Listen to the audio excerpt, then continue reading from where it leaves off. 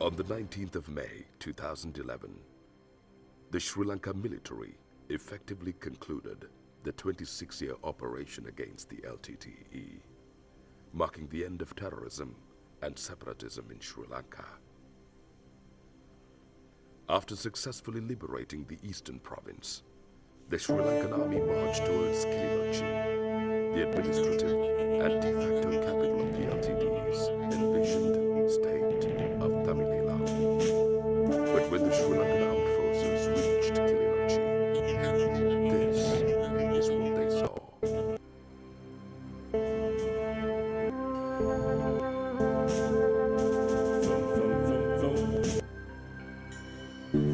The administrative capital of the LTTE had become a ghost town.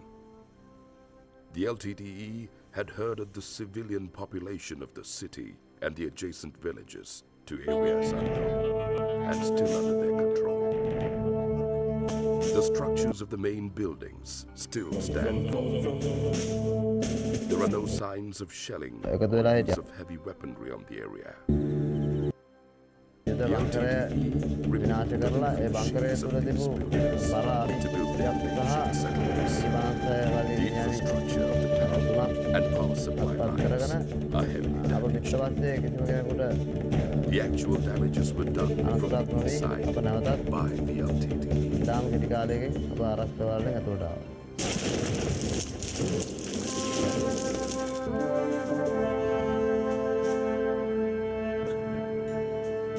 They had removed all the medicine, medical equipment, other equipment, and facilities from hospitals, schools, and other government administrative buildings to facilitate makeshift hospitals to treat LTE war casualties.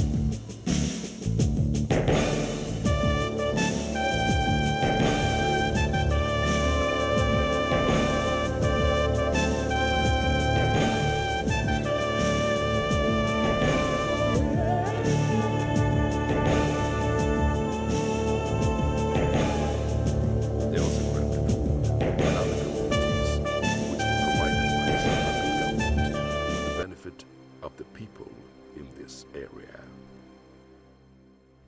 Adding more to their crimes against humanity, they destroyed reservoirs that had supplied water for the farmlands of the north for thousands of years, and drinking water storage tanks that supplied water to thousands of civilians.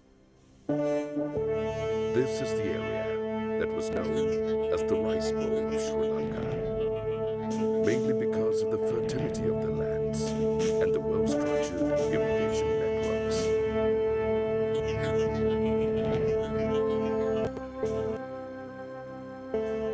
People who were gathered from various towns and villages from Mannar, Mullaitivu, and Mankulam were herded further away from advancing Sri Lankan troops. These people lived in makeshift arrangements provided by the LTTE. As the Sri Lankan forces advanced steadily, the LTTE withdrew, abandoning these makeshift settlements one after the other, further into the LTTE high security zone. Further, the LTTE launched numbers of anti-personnel traps, pressure lines, not only to impede the forward march of the troops, but also to make sure that those who were taken forcibly by them would come back to their homes. Yet again, they had demonstrated their disregard for civilian life.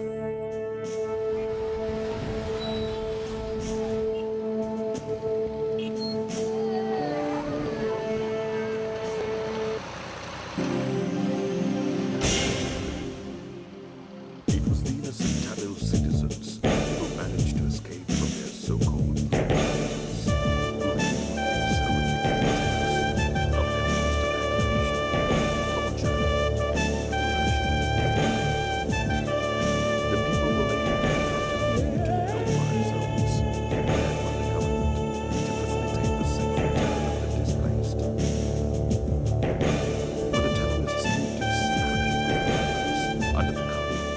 human shield, with the ulterior motive of using these innocents to gain the sympathy of the Tamil diaspora and the international community at large to their cause.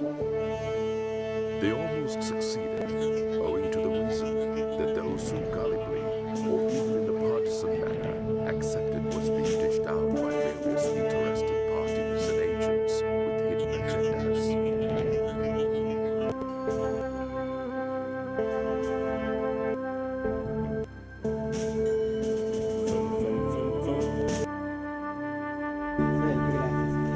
According to the University Teachers for Human Rights report, this prison held 140 inmates belonging to the Sinhala, Muslim, and Tamil ethnicities.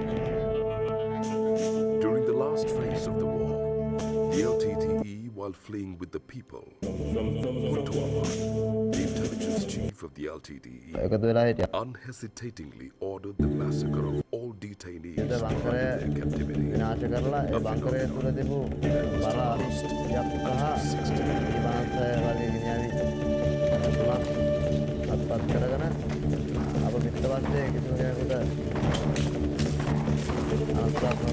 The government's appeal to the LTTE to allow these innocent people to grieve. Thus it became the unenviable responsibility of the security forces to rescue hostages using small firearms with minimum force. This not only delayed and hampered mopping up operations, but also led the forces to take unnecessary and often disastrous risks for themselves.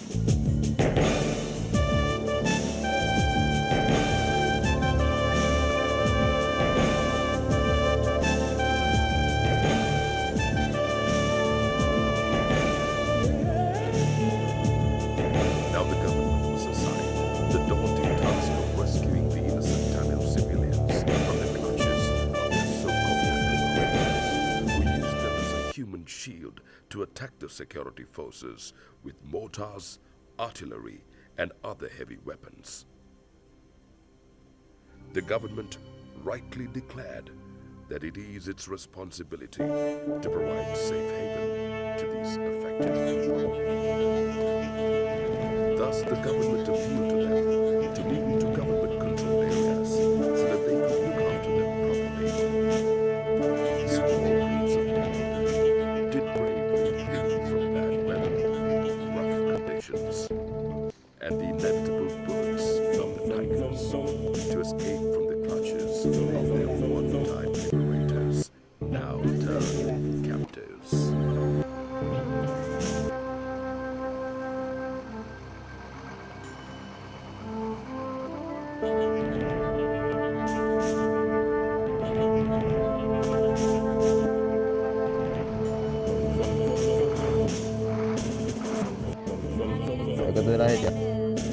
I have two sons and one daughter. I was in a bunker trying to show his land. Tigers asked us to leave the farm, but we were so scared we lost the wild. We gave up all our things and went to hide under the bunker. We did not have anything. Next day morning, we had tea. Lanka's forces came and took us here. At that time, they gave us water, buns, and a banana. Today, also we had our meals at 3 o'clock. Now, they are taking us to a bus, and once again, they will provide us meals. We really want to go to the south.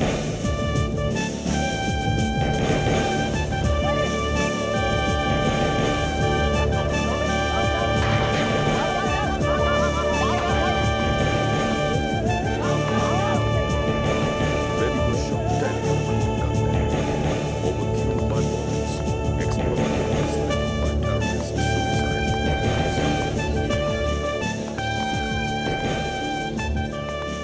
And some of those caught were summarily executed by the LTTE. The innocent civilians were pushed by the LTTE to the limit. The LTTE offered their captured civilians two choices: either to live with them or death, if not. This aerial footage, taken by a military spy camera, clearly shows the LTTE firing at displaced persons to stop them from escaping from their clutches.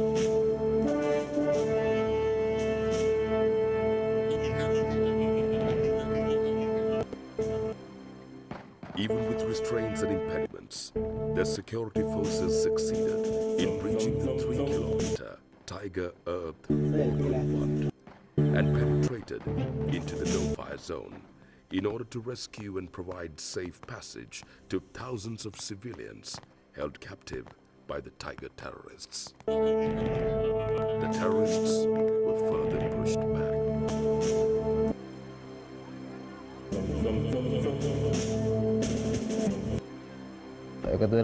The people decided that it was better to die than to live under the LTTE. In the end, the LTTE couldn't stop the public uprising. With this success, the floodgates were opened. The exodus, which began on the 2nd of May, though anticipated, was unprecedented. The displaced, especially the old, women and children, were visibly worn out, fatigued, starved, and were perceivably harassed, humiliated, and tortured. Many had gunshot injuries, and some had succumbed to death on their way to freedom.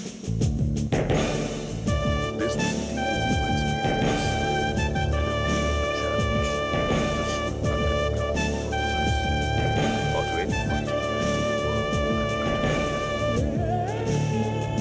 Being a disciplined unit, unlike the treacherous terrorists, they were inducted in the art of handling people in a humanitarian way during military training.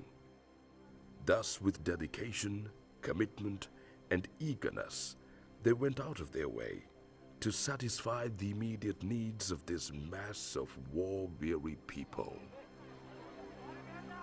They not only succeeded in providing them with a decent meal, sometimes foregoing theirs, they made available to them even medical facilities close at hand.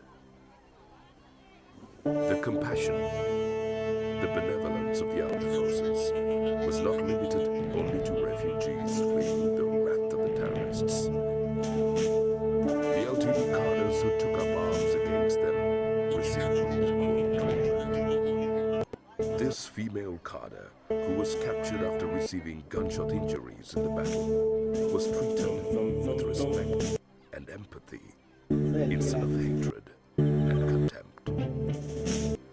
With the influx of the displaced coming to Pudukkodirupu and Mullaitivu, areas the government forces had secured by then, security forces were entrusted with the responsibility of providing safe passage for them.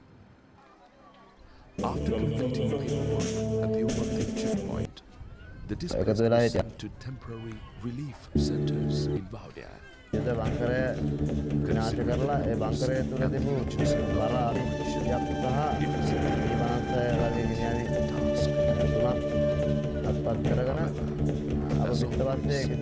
security forces were prepared to accept any challenge that came their way and was seen working selflessly day and night to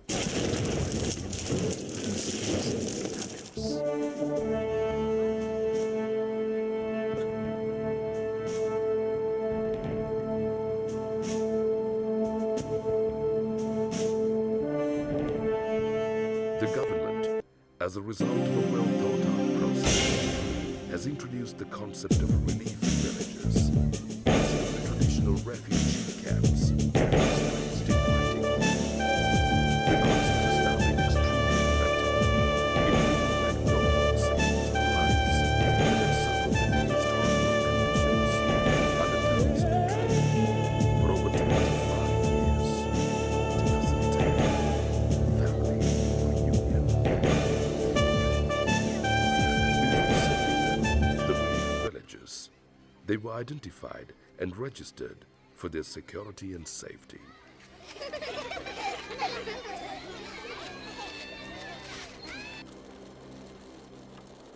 In the face of defeat, the LTTE destroyed all belongings of the displaced, left behind in the no-fire zone. The LTTE terrorists, under Velapillai Prabhakaran, in their quest for absolute power, never considered peace, discussion, and dialogue as options. As described by the FBI, it was a most dangerous and deadly extremist outfit, and using ruthless tactics, had killed so many in its campaign of violence and bloodshed. Even when it was clear that the end was near, they were so power-hungry that they converted the no-fire zone into a battle zone with a human shield to gain time and perhaps international sympathy. However, when the inevitable occurred, they turned to cowardly tactics of destruction. The UN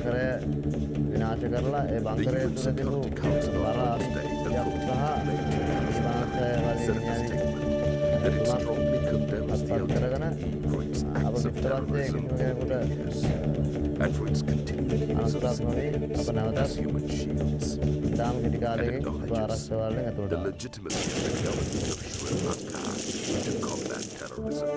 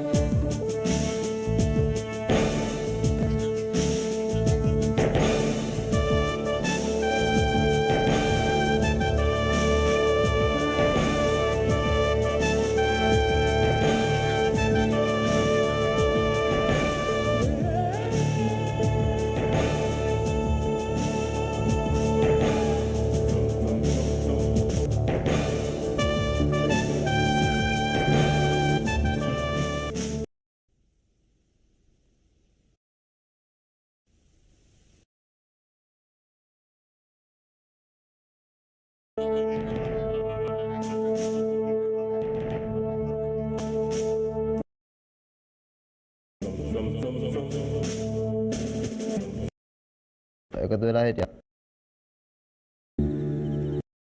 යුද බංකරය විනාශ කරලා ඒ බංකරය තුල තිබූ බර අවිත්‍යක් සහ විමානය වගේ ගිනියවි තුනක් අත්පත් කරගෙන අප පිටපස්සේ කිසිම කෙනෙකුට අනතුරක් නොවි අප නැවතත් ඉතාම කෙටි කාලයකින් අප ආරක්ෂක වලින් ඇතුළට ආවා.